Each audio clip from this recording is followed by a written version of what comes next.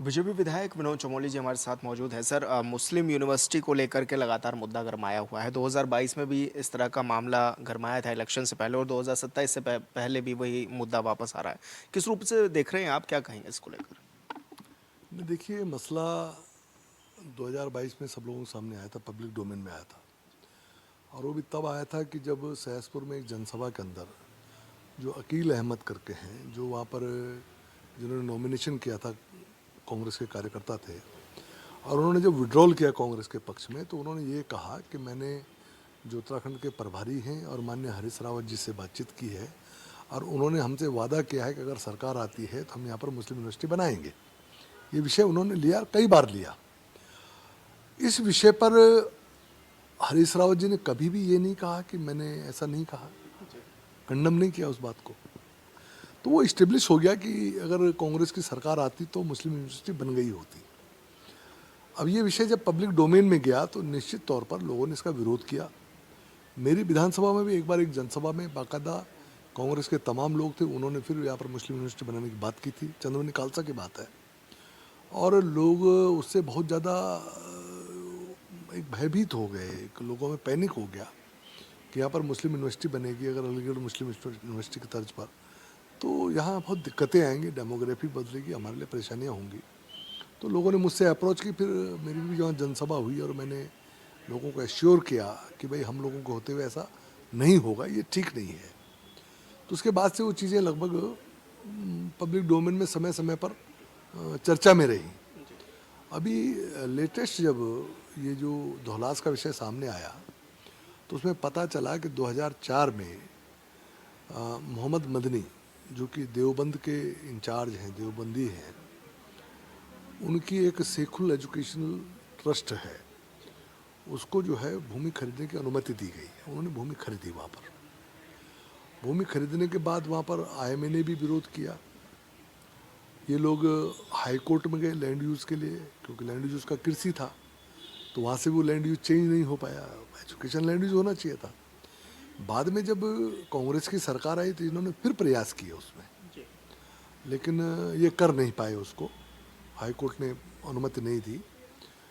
तो वो विषय फिर आगे बढ़ा। तो अभी क्या हुआ कि जैसे ही ये विषय सामने आया तो समझ में आया कि किस ज़मीन के पर मुस्लिम यूनिवर्सिटी बनाने की बात हो रही थी, क्योंकि वो ज़मीन ऑलरेडी सहसपुर विधानसभा में है। तो सीधा सीधा दिखता है, समझ में आता है कि आखिर इसी ज़मीन के कारण कांग्रेस उस समय मुस्लिम यूनिवर्सिटी की बात कर रही थी। और जब ये विषय सामने आया तो निश्चित तौर पर चर्चा भी होगी। वो विषय आगे बढ़ा, वहाँ पर इलीगल प्लॉटिंग हो रही थी तो एमडीडी ने बोर्ड भी लगाया। अब वर्तमान में वहाँ जांच चल रही है। अब जांच के जो परिणाम आएंगे उसके अनुसार आगे कार्रवाई होगी। लगातार, क्योंकि जब सर मुस्लिम यूनिवर्सिटी की बात आ रही तो हरीश रावत कह रहे हैं कि ताबीज बना करके पहन लेना चाहिए बीजेपी नेताओं को। हरीश रावत जी बहुत सीनियर लीडर हैं और मैंने मेयर के नाते उनके साथ काम भी किया है और अच्छे संबंध हमारे रहे हैं। उन्होंने समय समय पर उनकी गाइडेंस भी रही और सपोर्ट भी करते हैं, ऐसा नहीं कि सपोर्ट नहीं किया उन्होंने। आज भी मैं उनको एक अच्छे नेता के रूप में देखता हूँ पूरे प्रदेश के अंदर। लेकिन मुझे शिकायत इस बात की है कि हरीश रावत जी जब भी जबान खोलते हैं वो मुस्लिम भाषा बोलते हैं। अगर उनको हमको ताबीजी पहनाना है तो ताबीज क्यों पहनाना है? वो कलेवा क्यों नहीं पहना सकते हमको? उनको कहना है ना कि भाजपा वालों को जो है मुस्लिम यूनिवर्सिटी का ताबीज पहन लें। वो ये क्यों नहीं बोलते हैं कि कलेवा पहन लें, रुद्राक्ष पहन लें, गले में हनुमान जी की माला लटका लें? इस भाषा का भी तो प्रयोग हो सकता है ना। तो मेरा ये कहना है कि माननीय हरीश रावत जी ठीक है, कांग्रेस के लिए परेशान है क्योंकि कांग्रेस रसातल में जा रही है और उसका सारा आरोप उन पर है, क्योंकि उनके समय पर ही कांग्रेस टूटी थी। तो उससे वो व्यथित है अंदर से, किसी भी तरह से वो चाहते हैं कि इनके इन प्रकार जो भी करना पड़े, किस तरह कांग्रेस खड़ी हो जाए। ये उनकी समस्या है, ये उनकी व्यक्तिगत समस्या है, उनकी पीड़ा है। उसके कारण वो एक तो भाजपा के प्रति खींच रखते हैं, वो बहुत हार्ड होके बोलते हैं। दूसरा, वो मुस्लिम कार्ड को समझते हैं कि शायद ये हमें इस बात से उभार पाएगा कि मुस्लिम वोट पड़ जाए तो हम शायद हमारी नैया पार लग जाए। इसलिए वो सारी उनकी भाषा मुसलमानों की होती है, जो मुझे लगता है, जितना अगर आप विश्लेषण करेंगे तो यही निकल कर आएगा। लेकिन वो ये भूल जाते हैं कि कि अगर वो बहुत ज़्यादा मुसलमान मुसलमान करते हैं तो इतनी बड़ी ये पूरा देवभूमि है, कहीं ना कहीं यहाँ का देवत्व प्रभावित होता है और उसका नुकसान भी होता है उनको। आज पब्लिक डोमेन में देखे ना क्या स्थिति है, हरीश रावत जी को लोग मुल्ला हरीश रावत बोलना शुरू कर दिए हैं, उनकी उस तरह की छवि बन गई है। तो अगर वो मुश्किल से 15-20% लोगों पर राजनीति कर रहे हैं तो 85% तो छिटक रहा है ना, कहाँ से कांग्रेस को ले आएंगे? और फिर वो मूलतः सनातनी है, हिंदू है। अब तुम अपने धर्म के विरोध में बोलोगे या अपने धर्म को कमजोर करने की बात करोगे तो हरिद्वार में क्या आप क्या चंद्रनगर कब्रिस्तान जाओगे या हरिद्वार जाओगे? वहां तो कर्मकांड आपका भी होगा ना, तो आपका परलोक तो ठीक रखो भाई। ये लोग तो आपने जो किया था उसकी सजा आपको मिल रही है, परलोक तो ठीक रखना चाहिए। बुजुर्ग आदमी है, उनका संरक्षण सबको चाहिए। वो सिर्फ कांग्रेसी बनकर न जिए, वो उत्तराखंड के एक बुजुर्ग राजनेता के तौर पर अपनी छवि को खड़ा करें ताकि सभी लोग उनसे प्रेरित हों और उनसे सलाह मशवरा के आधार पर इस प्रदेश को चलाएं। तो माननीय हरीश रावत जी को थोड़ा सा ऊपर उठने की आवश्यकता, मुझे ऐसा लगता है। बहुत ज़्यादा मुसलमान कार्ड खेलने की आवश्यकता नहीं है। ठीक है, मुस्लिम इस प्रदेश के लोग हैं और तमाम हमारी योजनाओं का लाभ उनको भी मिलता है। मेरे क्षेत्र में बहुत सारे मेरे तो बहुत अच्छे समर्थक हैं उसमें। मैंने तो कहा है कि जब तुम धर्मपुर विधानसभा की बात करोगे तो भैया तुमको पहले तो मुसलमानों में ही विनोद चमोली से निपटना पड़ेगा, बाकी की बात तो बाद में, वहाँ तक तुम आ भी नहीं पाओ। मेरा इतना अच्छा उनके साथ मेरा संबंध है, लेकिन इसका मतलब ये नहीं है कि हम अपना सब कुछ छोड़ छाड़ के, धर्म कर्म छोड़ के और हम बिल्कुल एक तरफा हो जाएं, तो ये ठीक नहीं है। आप उनके साथ भी रहिए, लेकिन बाकियों को भी तो संरक्षण आपका चाहिए। तो थोड़ा हरीश रावत जी को अपना थोड़ा विचार करने की आवश्यकता है, ऐसा मुझे लगता है। सर अभी थोड़े समय पहले ये भी देखा गया था कि एक युवक सामने आया, दीपक नाम, मोहम्मद दीपक नाम उसने बताया, कोटद्वार में बाबा शब्द को लेकर के गहमा गहमी थी। किस रूप में आप इस मैटर को भी देखते हैं, क्या कहेंगे? नहीं, गलत दिशा को जा रहा है। देखिए, मान लीजिए बजरंग दल से जुड़े हुए कुछ लोगों ने वहाँ पर अगर नाम बदलने की बात की, मैं उसको जस्टिफाई नहीं कर रहा हूँ। अगर ये लगता था कि ये गलत कर रहे हैं तो दीपक कश्यप के नाते खड़े होकर भी विरोध किया जा सकता है, उसके लिए मोहम्मद बनने की जरूरत नहीं है। ठीक है ना? अगर हमारे लड़के, हमारे नौजवान अगर इस तरह से मोहम्मद बनने की कोशिश करेंगे तो कहाँ जाएगा ये सनातन? मुझे बताओ ना, ये देश कहाँ जाएगा, ये समाज कहाँ जाएगा? उसके लिए सब करने की जरूरत नहीं है। आप खड़े रहिए ना, क्या दिक्कत है?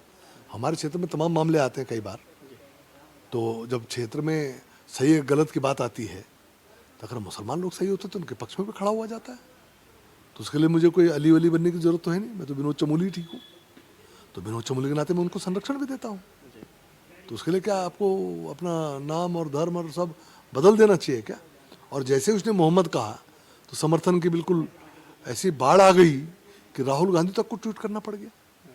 आप बताओ ना, तो क्या ठीक दिशा में समाज जा रहा है क्या? क्या इस देश में युवा ठीक दिशा में जा रहा है क्या?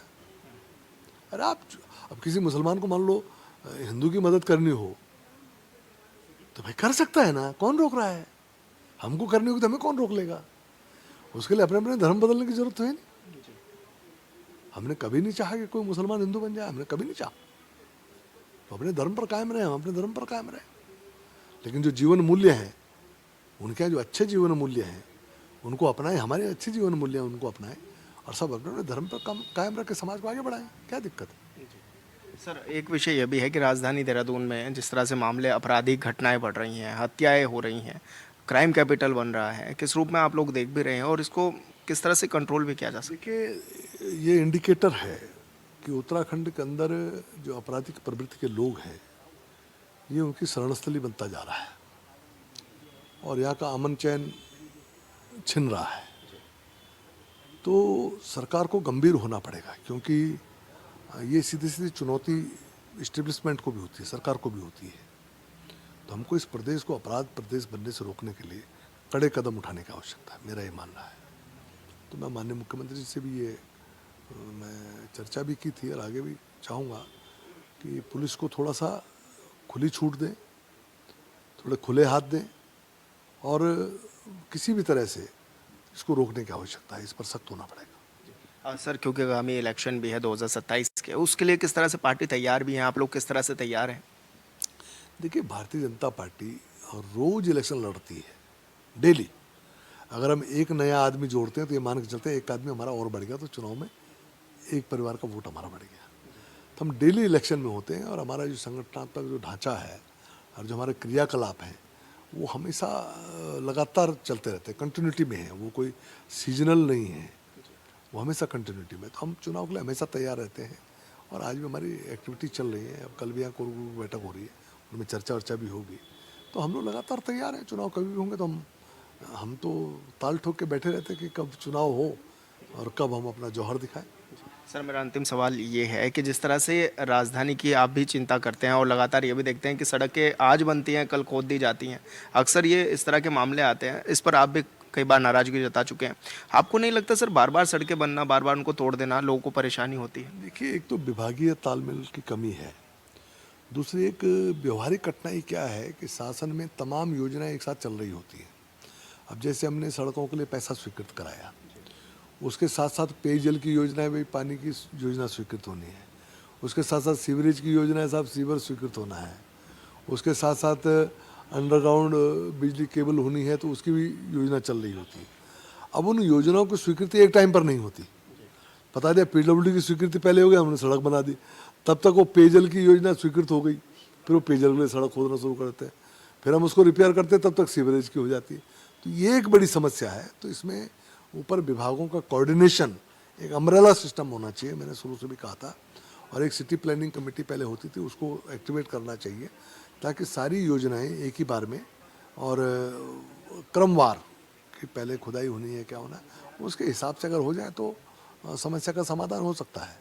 दूसरा, ये जो रोड कटिंग की परमिशनें वगैरह होती हैं, तो इसको थोड़ा सा विभागों से कोऑर्डिनेट करके, और मान लो रोड कटिंग की परमिशन का भी एक कमेटी बनी हुई है जो डीएम की अध्यक्षता में है, तो उसमें कटना, ये मान लो रोड कटिंग के लिए हमने कोई एप्लीकेशन डाल दी, अब वो रोड कटिंग की परमिशन में 2 महीने लग जाएंगे मान लीजिए, तो फिर वो काम नहीं हो पाता है, लोग गड्ढों में चलते रहते हैं। अब हमने सड़क बना दी और तब तक रोड कटिंग के परमिशन होंगे, फिर वो काट देते हैं। ये मेरे यहाँ घटित हुआ, इसलिए मैं बोल रहा हूँ। तो ये थोड़ा सा तालमेल की ज़रूरत है, और एक अम्ब्रेला सिस्टम बनाने की ज़रूरत है, ताकि योजनाओं की स्वीकृति उसी क्रम में हो जाए जिस क्रम में इसकी आवश्यकता है। धन्यवाद सर, हमसे बातचीत करने के लिए। हॉर्नबिल टीवी से बातचीत कर रहे थे विनोद चमोली जी, जो कि तमाम विषयों पर बातचीत कर रहे थे। हॉर्नबिल टीवी के लिए देहरादून से विशाल गर्ग। रुद्रप्रयाग से भाजपा विधायक भरत चौधरी जी हमारे साथ मौजूद हैं। सर जिस तरह का बजट रहा इस बार, कितना कुछ खास आप मानते भी हैं इस बजट को, और उत्तराखंड के लिहाज से किस तरह देखते हैं आप इस बजट को? देखिए, इस बार का जो बजट वित्त मंत्री निर्मला सीतारमण जी ने संसद में पेश किया, उसको आप कह सकते हैं कि वो मोदी मैजिक है। नरेंद्र मोदी जी ने जो विकसित भारत की एक संकल्पना की है, जिसका कि डेट जो है वो 2047 उन्होंने बताई है कि 2047 तक भारत एक विकसित राष्ट्र का स्वरूप लेगा, और उस दिशा में कुछ दूरगामी कदम उठाए जाने नितांत आवश्यक थे। उसके लिए बड़े वित्तीय अनुशासन की आवश्यकता थी। आप देखेंगे कि किसी तरह की कोई पॉपुलिस्ट योजना बजट में, जिस तरह से लोग कयास लगा रहे थे कि चुनावी राज्यों के लिए पॉपुलिस्ट बजट तैयार होगा, ये किसी वर्ग विशेष के लिए नहीं बल्कि पूरे देश के लिए जो विकसित भारत की संकल्पना है, उसकी आधारशिला के रूप में इस बजट को हम देख सकते हैं।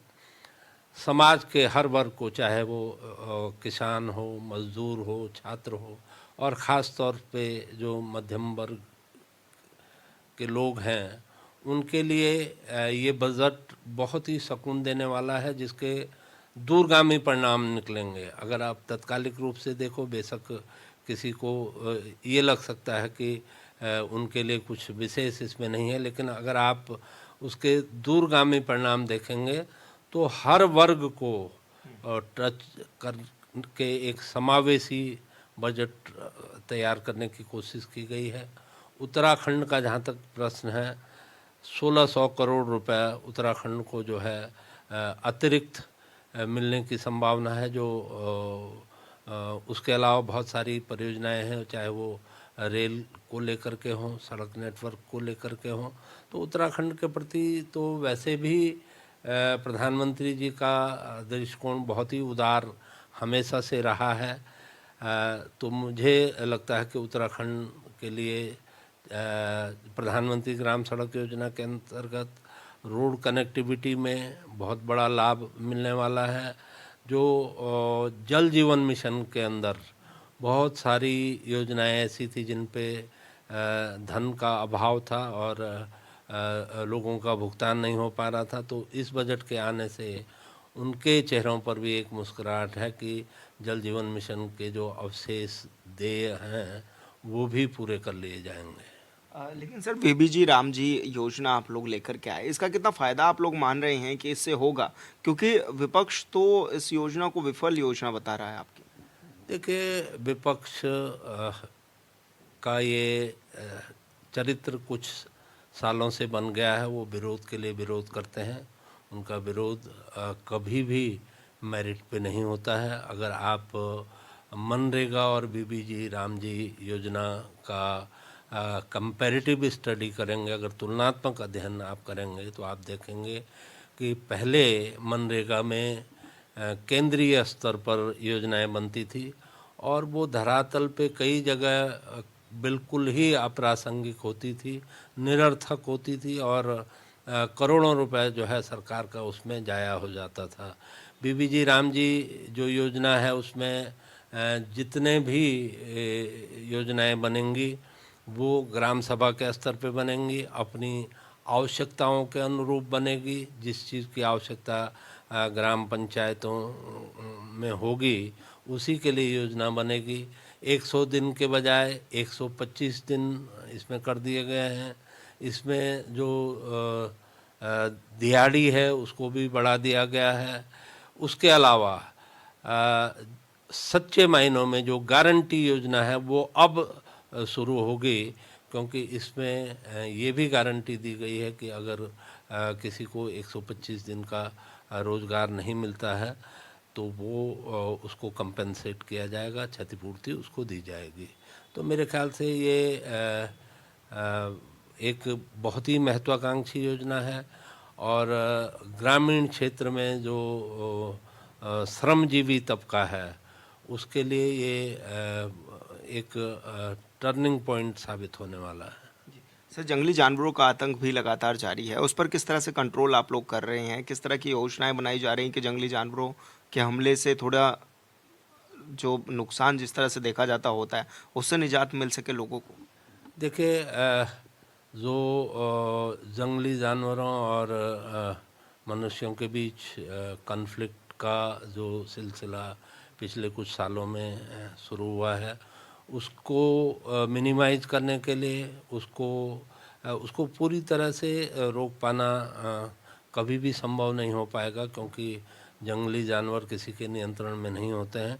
लेकिन उसको कम से कम किया जाए, उसको न्यूनतम स्तर तक लाया जाए, उसके लिए जो सबसे पहला कदम सरकार ने उठाया है, जो जंगलों के आसपास के गांव हैं उन लोगों में एक जागरूकता अभियान शुरू किया गया है।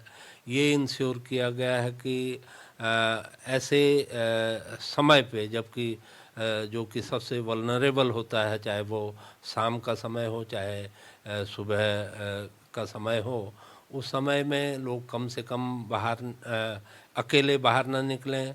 शौच इत्यादि के लिए घर के अंदर ही शौचालय लगभग बन करके तैयार हो चुके हैं, उनका उपयोग करने के लोगों को निर्देश दिए गए हैं। और बच्चों को जो स्कूल गोइंग चिल्ड्रन हैं उनको ये कहा गया है कि वो अकेले मूवमेंट न करें। जब भी जाएं तो एक समूह बना करके जाएं और जहां बच्चे बहुत छोटे हैं वहां उनके साथ कोई न कोई अभिभावक साथ में रहे। तो इस तरह की बहुत सारी चीज़ें हैं जिस की वजह से अगर लोग जागरूक हो गए तो बहुत हद तक इस कन्फ्लिक्ट से बचा जा सकता है। उसके अलावा जो मुआवजे की धनराशि है उसको भी बढ़ा करके 10 लाख सरकार कर चुकी है।